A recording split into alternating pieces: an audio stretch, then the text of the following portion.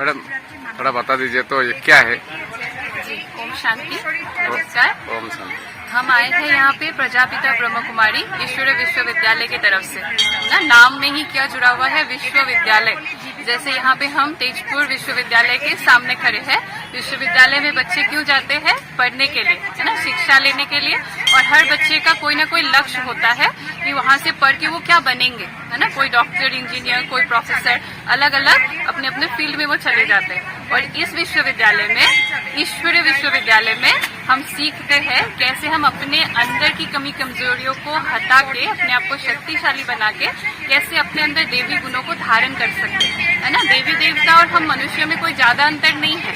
देवी देवता मतलब उनके अंदर दिव्य गुण है, और हम मनुष्यों के अंदर अभी थोड़ा बहुत क्या हो गया, दिव्य गुणों के ऊपर एक गंदी परत चढ़ गई है। थोड़ा सा ईगो का, थोड़ा सा, है ना, जेलसी का, थोड़ा सा गुस्से का, ये सब परत चढ़ गया है बस। और यहाँ पे हम राज योगा मेडिटेशन सीखते हैं, जिसके आधार पे हम ऊपर चढ़े हुए उन परत को हटा के अपने अंदर की जो सुंदरता है, सुख, शांति, आनंद, प्रेम, पवित्रता, इस सुंदरता को हम बाहर निखार के लाते हैं। यही है इस विश्वविद्यालय का लक्ष्य।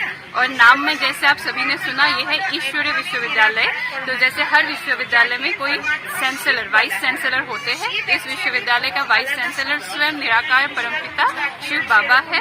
बाबा आकर के हम सभी आत्माओं को, है ना, शक्तिशाली बनाने की शिक्षाएं दे रहे हैं। तो आप सभी से अनुरोध है कि जरूर आइए, सुनिए और अपने आप को शक्तिशाली जरूर बनाइए। इस आध्यात्मिक शिक्षा के द्वारा अपने अंदर की कमियों को हटा के, बुराइयों को हटा के अपने आप को शक्तिशाली कीजिए। क्योंकि शिवरात्रि है।